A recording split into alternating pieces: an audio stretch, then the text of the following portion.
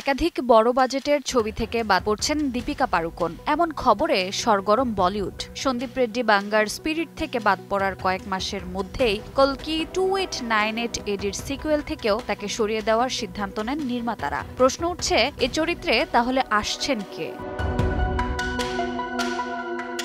ইন্ডাস্ট্রির অন্দরের জোর গুঞ্জন, দীপিকার জায়গা নিতে পারেন প্রিয়াঙ্কা চোপড়া। তবে দর্শকের একাংশ মনে করছেন সিকুয়েলের ভারী চরিত্রে প্রিয়াঙ্কাকে বেশি মানাবে, যদিও নির্মাতারা এখনও আনুষ্ঠানিকভাবে কিছু জানাননি। এদিকে প্রথম 20 দিন শুটিং শেষ হওয়ার পরই নাকি শুরু হয় বিরোধ।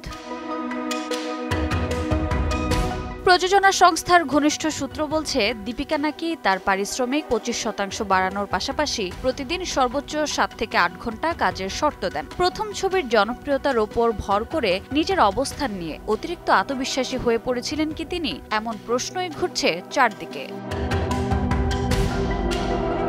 এ বিতর্কে এখনো মুখ খুললেননি দীপিকা। তবে জানা গেছে, আপাতত তিনি মন দিয়েছেন কিং ছবির কাজে। কল্কির সিকুয়েলে শেষ পর্যন্ত প্রিয়াঙ্কাই কি জায়গা করে নেবেন, নাকি অন্য কোনো চমক অপেক্ষা করছে, সেই উত্তরের দিকেই তাকিয়ে আছে পুরো বলিউড।